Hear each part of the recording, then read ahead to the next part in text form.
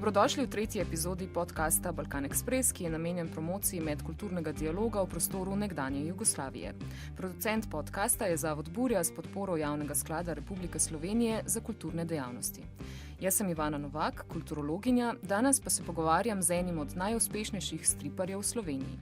Izar Lunaček je akademski slikar, doktor filozofije, diplomiran komparativist, sicer pa predvsem stripar, ki se z deveto umetnostjo, kot ji rečemo, ukvarja z veliko strastjo. Izar, živjo.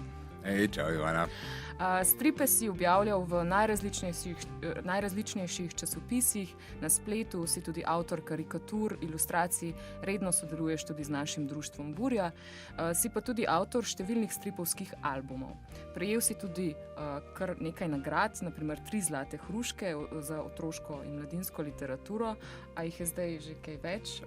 Ne, mislim, da je to dejansko to. Ja, tako kot sem predvideval, potem, ko so me enkrat povabili v komisijo za te zlate hruške, sem jih nehal dobivati. Ampak to so sicer v glavnem ilustracije, no? Ampak jaz tudi ilustracije vedno delam v obliki stripa. In medije resno, prvo vprašanje. Zdi se mi, da se v zgodovini slovenskega stripa, pa tudi jugoslovanskega, strip pogosto uporablja za izražanje družbene kritike, za predelovanje nekih družbenih problemov, travm, nekih problemov generacij tudi, ki jih je morda v drugih umetniških zvrsteh težje nasloviti. Veliko je tudi družbeno-kritičnega stripa, pri nas cela tradicija tega. A se tebi kot striparju zdi, da lahko skozi to formo izraziš stvari, ki jih sicer ne bi mogel? Oziroma, kaj lahko strip, česar druge zvrsti ne morejo? Zdi se mi, da strip je zaradi tega, ker je tak nek neresen žanr, ko se ga še vedno drži pač tudi ta stigma nečesa, česar ne gre jemati resno, ker ni prava umetnost, lahko stvari blazno bolj si prvošč reči, ko jih pove. No. Se spomnim še takrat, ko sem pred 20 leti delal ta prvi časopisni strip, te minije, in sem imel tam neke male take kritiko kapitalizma in komunizma noter in tako, da je moj oče tist bral in je tako rekel, ne morem verjeti, tako jaz se tega ne bi mogel prvoščati v nekem resnem tekstu, tok direktno nekaj povedati, ali pa se toliko igrati z enimi koncepti. Tako to je ful luštno, pri stripu.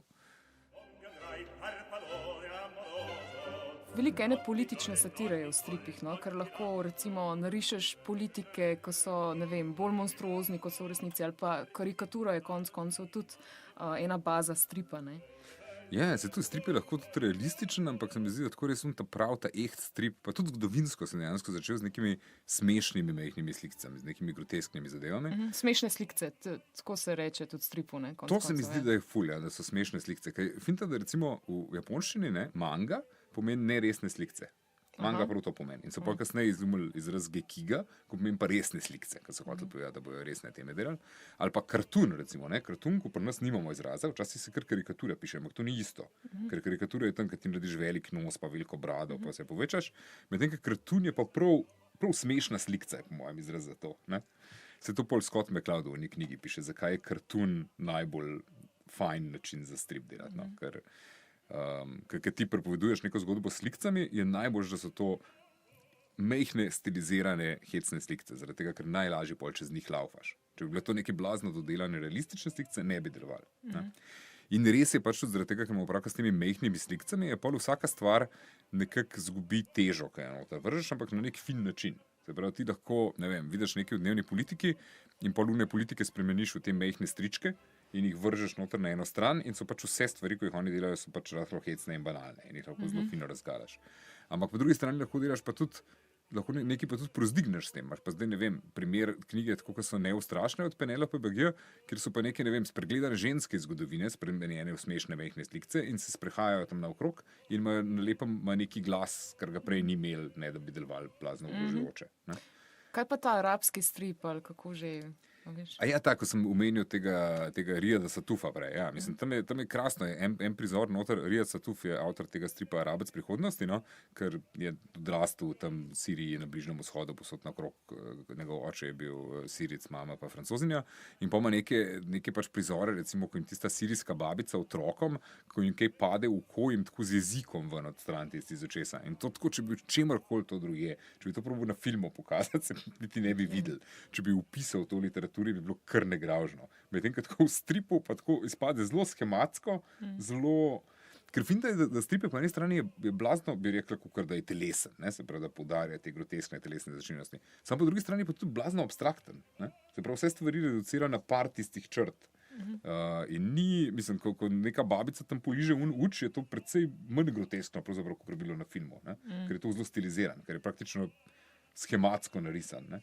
Zaradi tega je tudi strip recimo ful dober za razlage. Ne? Lahko ti vzameš te iste mehne stričke in jim daš pač imena nekih znanstvenikov in oni pol razlagajo neke stvari noter, ne vem, neko znanstveno teorijo, ko drugače deluje spet blazno bolj ogrožujoče in so enostavno lahko pač zelo fino schematsko prikažeš te stvari. Ne?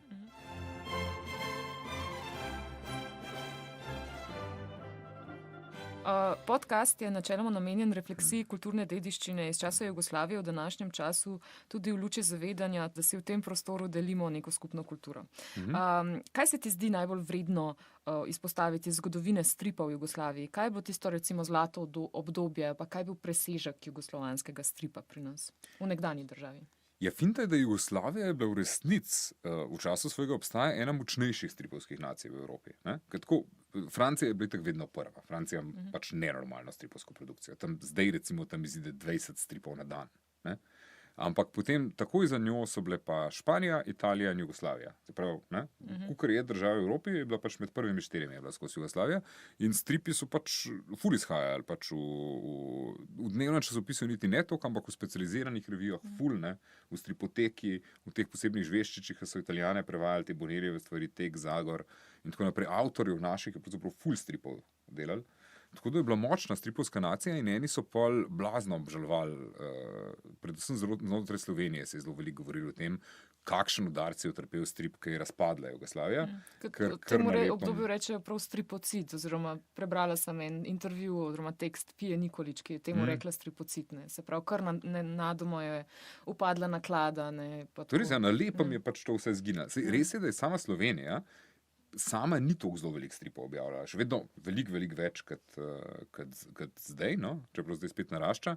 Ampak bral se je pač praktično to vse iz področja bivše Jugoslavije. In to, ki je bil velik trg, ko se ti zdal en strip v srbščini ali pa v hrvaščini, so ga brali vsi. Ne? Pač Bosna, Srbija, Hrvaška, ampak tudi Slovenija, pa tudi Makedonija.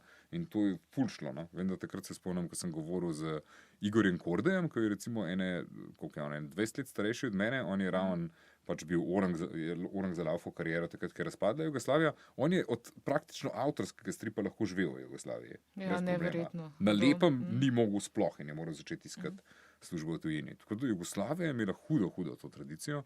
A je veliko striparjev potem tudi odšlo v 90-ih letih v tujino? Pravzaprav, finta je, da sploh niso blazno odšli, ampak so pravzaprav ali so odšli za kratek čas, pa se pol vrnili, ampak praktično ogromno jih zdaj dela za tujino. Recimo Slovenija je tukaj ena velika izjema, skozi ko se govori o zgodovini stripa v Jugoslaviji po razpadu. Ne, če pogledaš, zdaj hodim na te festivale, recimo tam na jug Hrvaške, pa na sever Črne Gore, pa v Srbijo, pa tako naprej. In praktično vsi avtorji, tako iz Hrvaške pa iz Srbije, delajo za Francoze pa za Američane. Ne. To je tako, vsaka od teh držav ima recimo 30 avtorjev trenutno, ko vsi živijo od stripa in vsi delajo za, ne vem, Marvel, Dark Horse, te velike francoske založbe, kot so Delcourt, Glénat. Ampak so zelo taki delovni konji. Ne delajo ful veliko avtorskega dela, ampak so v bistvu taki hitmeni. Ne? Se pravi, dobijo en scenarij od enega preznanega, recimo francoskega ali ameriškega avtorja in ga potem pač zelo lepo za manjši denar, ker bi ga en Američan zrišejo. Tako da drugod po Jugoslaviji je šlo blazno v to smer. Slovenija ima pa za čuda enega samega avtorja, Bernarda Koleja, pa zdaj ima še ena ženska, ki riše tudi za Marvel, sem slišal, ampak o tem še ne vem dost. Medtem ko vsi ostali delajo avtorski strip in potem je Slovenija tukaj ful posebna.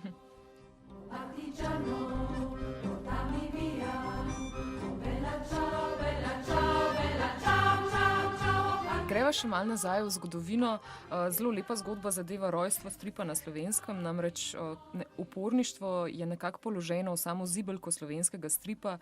Uradno naš prvi strip je nastal leta 1927 pod italijansko okupacijo.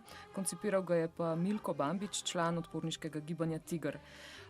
Strip je pripovedoval o kralju, ki je svojo aroganco narod popeljal v propad, kar je bila očitna satira tedaj Mussolinija. Bambič je zaradi tega skoraj izgubil življenje. Pa še zanimivost, da v bistvu Bambičevo najbolj znano delo je pa zaščitni znak za Radensko, se pravi ta 3 srca, ki so pomenila pobratanje 3 narodov, Srbov, Hrvatov in Slovencev. Tako da ta ideja na nek način še vedno živi na plastenkah Radenske, ampak se mi pa zdi ta prvi strip lepa popotnica, ki je nemara začrtala tudi prihodnost slovenskega stripa, da je bil tudi kasneje tako uporniški, družbeno kritičen. Ja, to je ful zanimivo. V bistvu sta tako 2 kandidata za prvi slovenski strip. En je ta slavni, ta zamorček Bucibu, ko je ta. Ta drug je pa nek od Hinka Smrekarja, ko je naslov, kaže nenavaden primer elefantijaze ali nekaj takega, in so neki prizori iz enih pa avstro-ogrskih državnih proslav, kjer so sami orjaški tiči. Pač nekako, vsi se zberejo v nekem spomeniku, ki je v bistvu ogromen tič, po eni se vozijo naokrog z nekimi orjaškimi temi tiči. In je tako pač obe sta blazno čudni, obe sta tako ful politično nekorektni, pa ful satirični, ena na Italijane. Ampak totalna komedija, pač na avtoriteto, na oblast. Tako da ja, mislim, to ti že kaže, to je to, to so, za tisti zamorčki tam pri Bambičevi in te so pač neki mehni človečki, spet laufajo naokrog. Slovenci vračajo udarec, proti avstro-ogrski, pa Italijanom. Ja, ko veš, ko strip je vedno neka taka opomba pod črto. Tudi ko je laufal v cajtangih, kadar je laufal, je vedno tako nekje na dnu strani, taka hecna pač satira. Tako da mogoče zaradi tega Slovencem tudi dosti na kožo pisan, ker smo mi tudi ena taka opomba pod črto. Opomba pod črto, smo se identificirali s to formo. Kakšno vlogo ima Miki Muster v zgodovini našega stripa? Predvsem njegov ta brezčasni junak, Zvitorepac, ki je premagal vse sovražnike in tekmece, takrat Disneyja, Mikija Miško, Asterixa, tako bil je bolj popularen od tujih stripov, pa tudi jugoslovanske politike, ki so ga skušali odstraniti, pa jim to ni uspelo. Kaj je Zvitorepčeva skrivnost, da v bistvu še danes ti stripi tako navdušujejo mladino? Je res dobro je pravzaprav, da tudi ni imel v tistem času veliko konkurence, ker so bili večinoma se ni hotel blazno v Jugoslaviji, da bi se ameriški stripi nasplošno. Tako da pri Mustru mislim, da so bili ful v precepu. Po eni strani je pač nadomeščal ameriški strip, pa ljudje potem niso brali ameriškega stripa, ampak po drugi strani se mi je zdel pa preveč ameriški. Sej, on je 13-krat kako gledal Sneguljčico, to sem prebrala, to je en podatek. In je v bistvu po Sneguljčici, se pravi po Disneyjevem načinu risanja, je tudi svoje prve stripe delal. On je imel ambicijo, da bi dejansko se preselil v Ameriko in delal za Disneyja. To so bile ful časa, so bile to njegove sanje, pa na koncu je pa nekako sprijaznil, da bo on pač nek slovenski Disney, da bo to, kar je tam videl, pač naredil kle. In je zanimiv, čeprav pa sem bil blazno spremenil stil. Tako nekje na sred je nehal ponašati Disneyja in začel ponašati za čuda Walta Kellyja, ki je bil pa en tak blazno družbeno kritičen avtor sred 60-ih v Ameriki.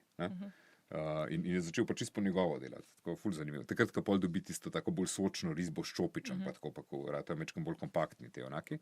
Tako da ja, to je zanimivo. Mislim, Muster se res tako smatra za nekoga, ki je pokazal, da se da lokalno v Sloveniji narediti strip, ko je po kvaliteti in po risbi in po zgodbi primerljiv z francoskim ali pa ameriškim stripom. Mislim, da to je tisti pomen res Mustra. Je pa res, da če ga danes, jaz sem tako noro užival, ko sem to bral, ko sem bil majhen, in sem zdaj hotel še svojega sina Tarasa navdušiti na tem, in sem mu prebral ene 2 in mi je bilo najprej super, ko po 30 letih to berem in tudi on čisto užival. In pa hotel, da mu vedno več tega berem, in po enem tednu sem že čist zmatran, tako poln kufer sem imel tistih pač lakotnikovih, tako res tako poln, ko ga odrasel, če ga malo preveč bereš, ti začne iti kar na živce, ker so skozi, pol vidiš unta konzervativen del teh junakov, pa tega, ko je začel pol Mustru v njegovi poznejši desničarski fazi ven metati, kot ta šovinizem, ko je noter, pa ta mal aufbiks, ta mal kmetavzarski moment pri lakotniku. Tako ful je zanimiv, ampak po drugi strani tako, kako je pa napisan, pa kako zgodbe laufajo, pa tako noro, pa risba je neverjetna. Še vedno, ja.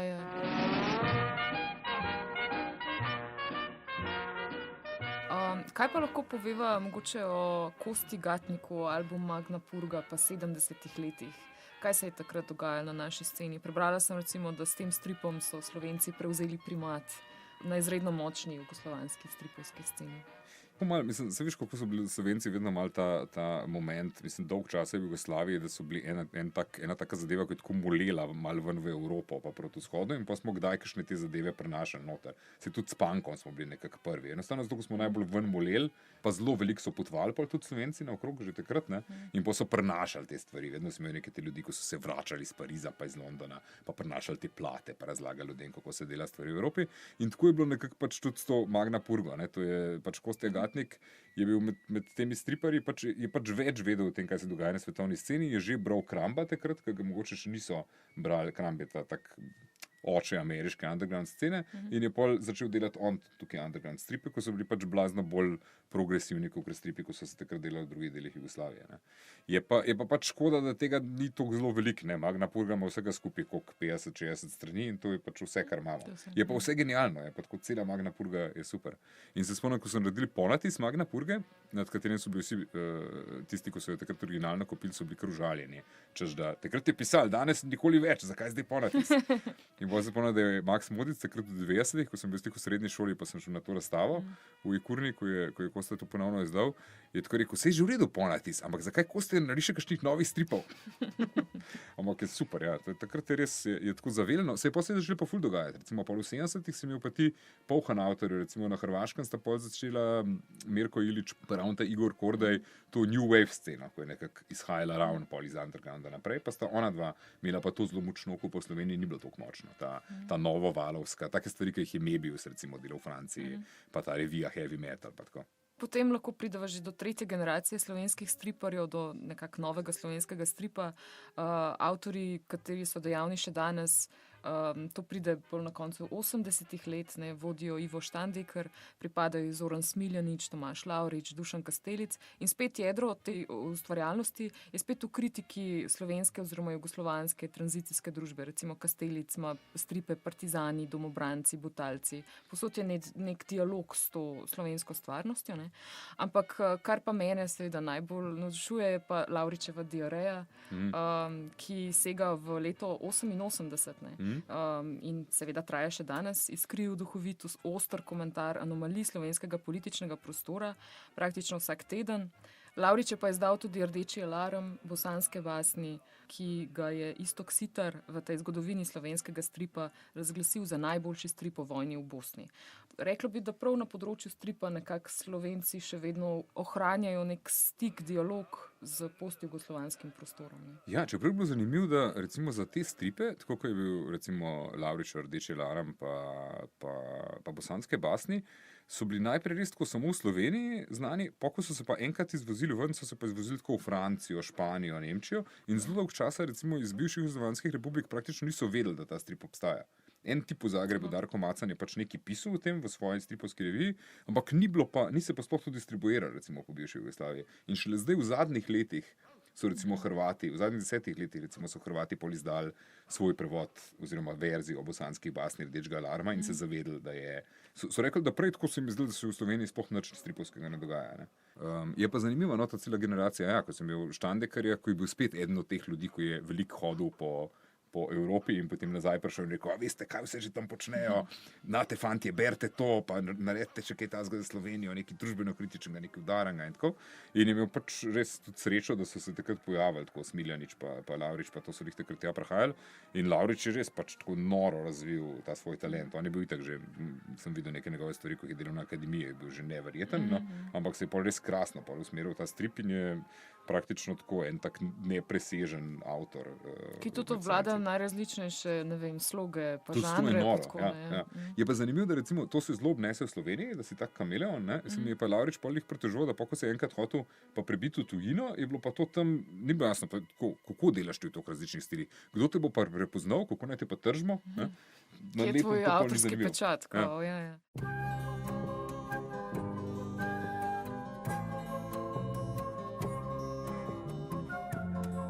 Lahko kakšno besedo rečemo o fenomenu popularnosti italijanske stripovske kulture v Jugoslaviji. Ne? Ogromno stripov iz Italije je bilo uspešnih tudi v Jugoslaviji ali pa predvsem v Jugoslaviji, drugod po svetu pa sploh ne. Govorim seveda o fenomenu Alana Forda, predvsem. Pa Dylana Doga, pa koliko jih je še Sergio Bonellija, Zagor, Tek. Mislim, ostale stvari od Sergio Bonellija so bile pravzaprav tudi druge precej uspešne. Neki imajo imaš tudi v Franciji, tako v Španiji so orang prevajanje, pa mandat tudi nekje tako na severu, da so jih tudi ful veliko imeli. To je bila dejansko taka orang komercialna, velikopotezna evropska produkcija, ne? Ko je dejansko se ful prodajala po Evropi in ko je bila, se mi zdi, v Jugoslaviji pač še bolj uspešna, zaradi tega, ker je bilo nekako nezaželen imeti ameriški strip. Ne? Se pravi, ne vem, mogoče bi pri nas pod nekimi drugimi pogoji tudi brali te malo labotne superherojske zveštiče, tako smo brali pa rahlo manj labotne Bonelijeve zveštiče, ki so bili res pa tako Zagor pa Tekst, pa to niso bile, mislim, so bile res take žanrske zgodbe, res take zelo treši, zelo na nizkem nivoju, ampak super, tako prav tisti za na morje vzeti, tako cel pok tega in pol to serijsko brati. Jaz moram reči, da takrat nisem toliko tega bral, da sem pol raje bral Mikija Mustra pa te malo bolj smešne stvari, ko mi niso bile toliko blizu realistične, ampak pol ravno, ko sem bil proti koncu osnovne, se je pa pol pojavil Dylan Dog, ko je bil pa tega folk ne ve, je bil pravzaprav en tak način, da bi se Bonelli malo na novo izumil, da bi šel ven iz teh starih westernov, ne, in da bi nekaj novega ponudil. Enako. Pa zelo mislim, da so ciljali tudi na to, da bi pridobili bralke, poleg bralcev. In da je Dylan Dog eno največjih pač ženskih bralcev. Jaz sem ena izmed njih, tako da edini strip, ki sem ga zares brala, kontinuirano. Super je Dylan Dog. Ampak o Alanu Fordu, Fordovska poetika je bolj kot drugi stripi, hočem reči, res globoko učinkovala na Jugoslovane. Spet, kje sem to prebrala? V knjigi tega Lazarja Džamića, ki govori prav o fenomenu Alana Forda v Jugoslaviji, da v Italiji je bil sicer množični fenomen, pa vendar ne takšen kot v Jugoslaviji, da dejansko je bil večji v Jugoslaviji kot v Italiji. V Jugoslaviji je tudi postal del kulturne dediščine. On v bistvu našteje razloge, zakaj so se Jugoslovani tako identificirali s Fordom. Zdaj, prvi razlog zanga je, da temelji na umetniški formi, ki je starinska, pa vendar brezčasna, to je komedija dell'arte. Drugi razlog je, da je ta nadrealna burka v Alanu Fordu v bistvu kot del našega življenja. Skratka, da Jugoslovani so se očitno prepoznali v tem univerzumu, burkaškem stripa. Potem tretja, da je satirična kritika kapitalizma, pa tudi drugih skorumpiranih režimov. Džamić recimo piše, ko smo se smejali debelemu šefu, komisarju Broku ali pa svinjelikim mestnim očetom, smo se smejali vsem nekompetentnim šefom, policajem in politikom, še posebej našim. Potem četrti razlog je pa, da protagonisti, ta grupa TNT, vliva neko upanje, pa spet citiram Džamića, heroji Alana Forda, ti nepoboljšljivi diletantje, ujeti v disfunkcionalne skupnosti, so nam bili podobni, niso vedeli, kaj počnejo, pa vendar so to nekako izpeljali. Ikle se mi zdi, da je to dobro v bistvu, je neka uteha v tem žanru komedije, ki omogoči tudi najbolj disfunkcionalnim skupnostim, od posameznikov do parov, recimo v romantičnih komedijah konec koncev, da se srečno izvlečajo kljub vsem težavam. Peti razlog se mi je pa zdaj tudi zelo zanimiv, sam hrvaški prevod. Da je v bistvu hrvaški prevod nekaj dodal. Skratka, ni bilo izgubljeno s prevodom, ampak je bilo pridobljeno s prevodom. Definitivno je bil ta prevod je bil nor, tako totalno. In zdaj sem bral, da je ful zanimiv, da je bil ta prevod pravzaprav, to je hrvaški prevod, niti ne bi smislil, da bo kaj bolj sočenega, da bo kakšen srbski ali pa bosanski, ampak to je hrvaški prevod in to hrvaški prevod v tak visok hrvaški knjižni jezik, tako da je tudi krležni jezik in da nam zaradi tega toliko bolj komično vse skupaj deluje, ker je vse v enem takem mal povzdignenem jeziku. Ampak veš, ostali razlogi so pa taki, ki bi rekel, to so pač razlogi, zakaj je to dober strip, ne zakaj je lih v Jugoslaviji uspel.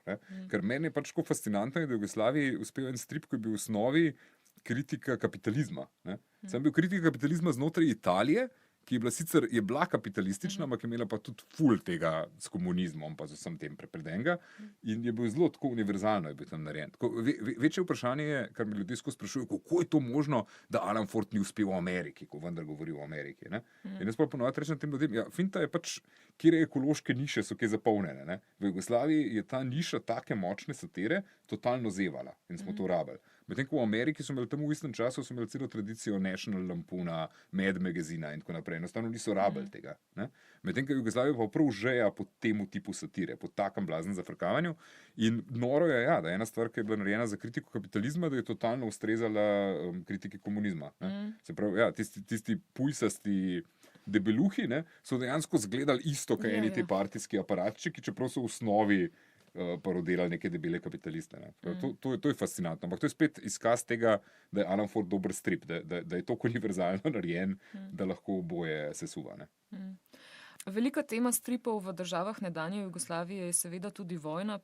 Katere stripe, tako čisto konkretno, bi ti izpostavil? Kateri se ti zdijo najboljši kot priporočila? O bosanski vojni. Ja, problem je, da Bosanci niti niso naredili tako. To je skozi govoril Darko Macen, da misli, da na koncu, da bojo Bosanci naredili najboljše stripe v bosanski vojni in jih še vedno niso nobenega tazga, ko bi res preletel v vojni in bil presežen.